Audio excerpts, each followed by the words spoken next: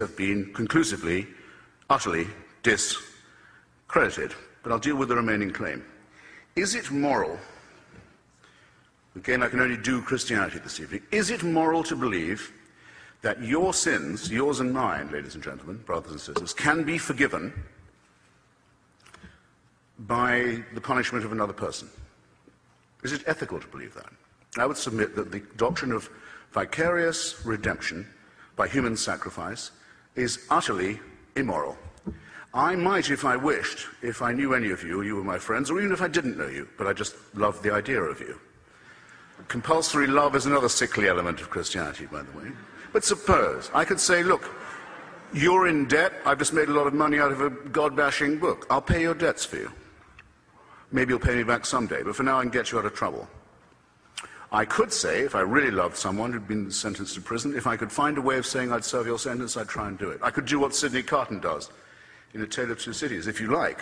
I'm very unlikely to do this unless you've been incredibly sweet to me. I'll take your place on the scaffold. But I can't take away your responsibilities. I can't forgive what you did. I can't say you didn't do it. I can't make you washed clean. The name for that in primitive Middle Eastern society was scapegoating. You pile the sins of the tribe on a goat, you drive that goat into the desert to die of thirst and hunger, and you think you've taken away the sins of the tribe. A positively immoral doctrine that abolishes the concept of personal responsibility on which all ethics and all morality must depend.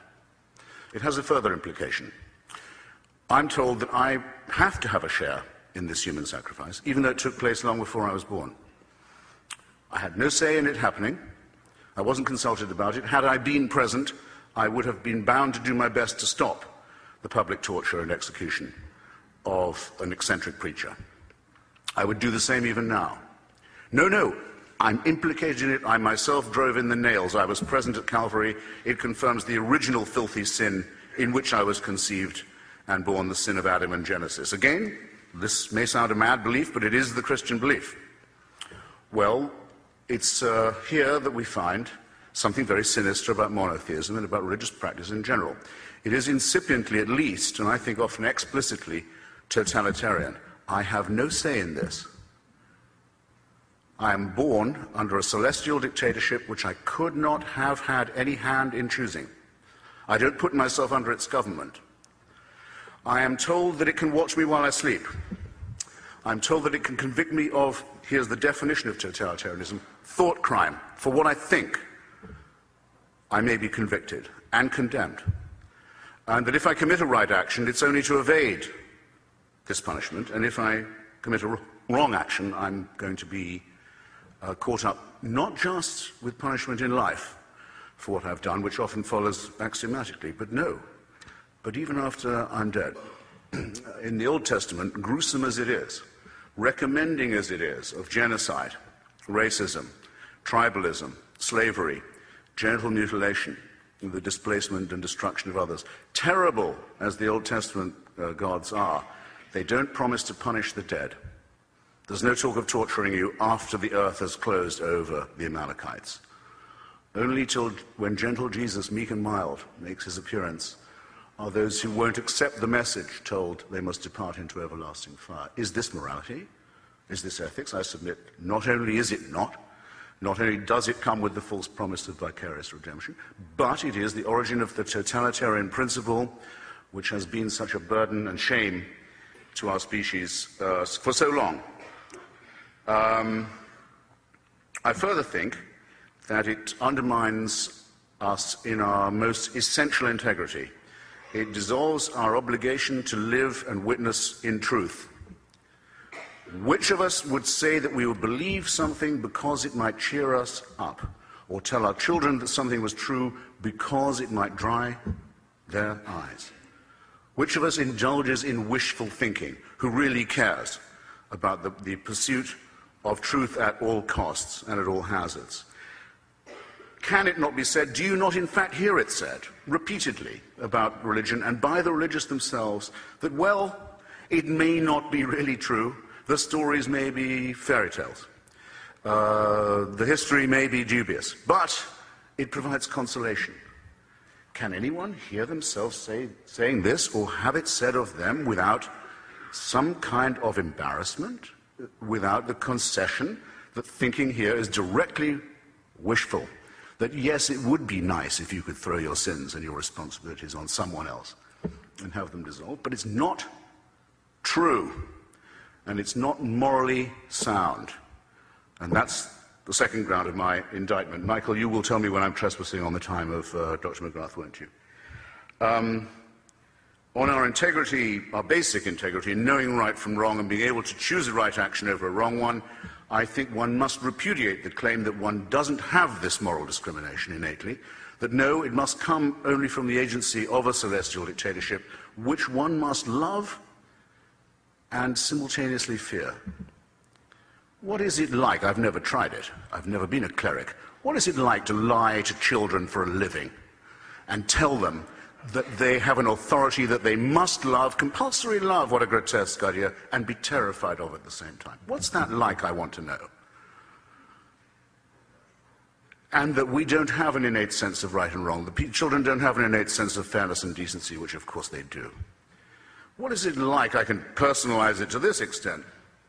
My mother's Jewish ancestors are told that until they got to Sinai, they'd been dragging themselves around the desert under the impression that adultery, murder, theft, and perjury were all fine. They get to Mount Sinai only to be told it's not kosher after all. I'm sorry. Excuse me. We must have more self-respect than that for us, for ourselves and for others. Of course, the stories are fiction. It's a fabrication exposed conclusively by Israeli archaeology. Nothing of the sort ever took place, but suppose we take the metaphor. It's an insult. It's an insult to us. It's an insult to our deepest integrity. No, if we'd believed that perjury, murder, and theft were all right, we wouldn't have got as far as the foot of Mount Sinai or anywhere else. Now we're told what we have to believe. And this is coming now to the question of whether or not science, reason, and religion are compatible, or I would rather say reconcilable. The great Stephen Jay Gould, the late great Stephen Jay Gould, said that he believed they were non-overlapping magisteria.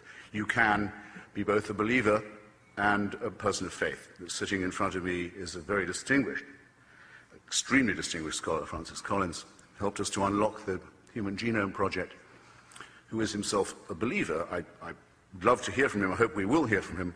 I don't believe he says that his discoveries in the genome convinced him of the truth of religion. He holds it, as it were, independently. I hope I do you no wrong, sir, in phrasing it like that. Here's why I, a non-scientist,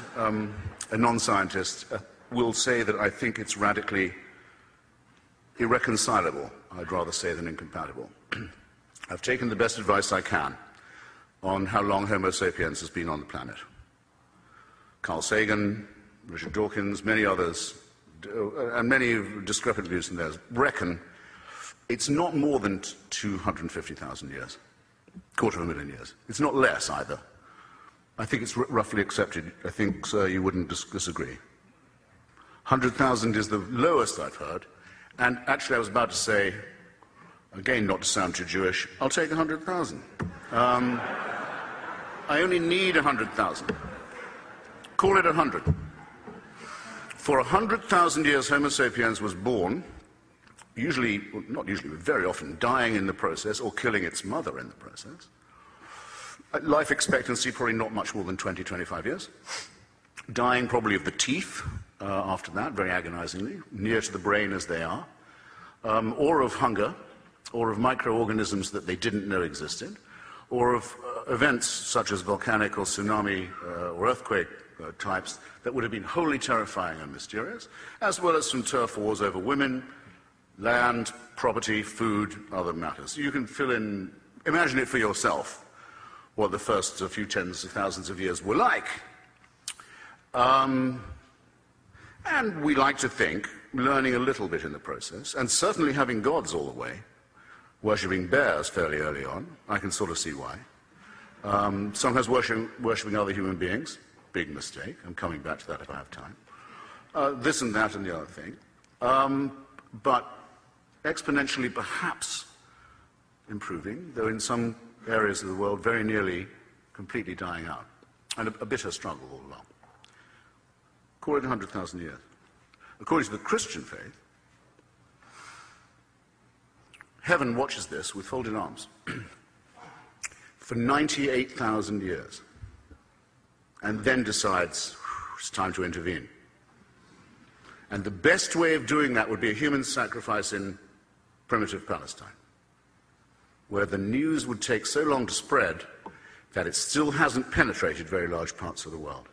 And that would be our redemption of the human species. Now, I submit to you, ladies and gentlemen, that that is what I've just said, which you must believe to believe the Christian revelation, is not possible to believe, as well as not decent to believe. Why is it not possible? Because a virgin birth is more likely than that. A resurrection is more likely than that. And because if it was true, it would have two further implications. It would have to mean that the designer of this plan was unbelievably lazy and inept, or unbelievably callous and cruel and indifferent and capricious. And that is the case with every argument for design and every argument for revelation and intervention that has ever been made.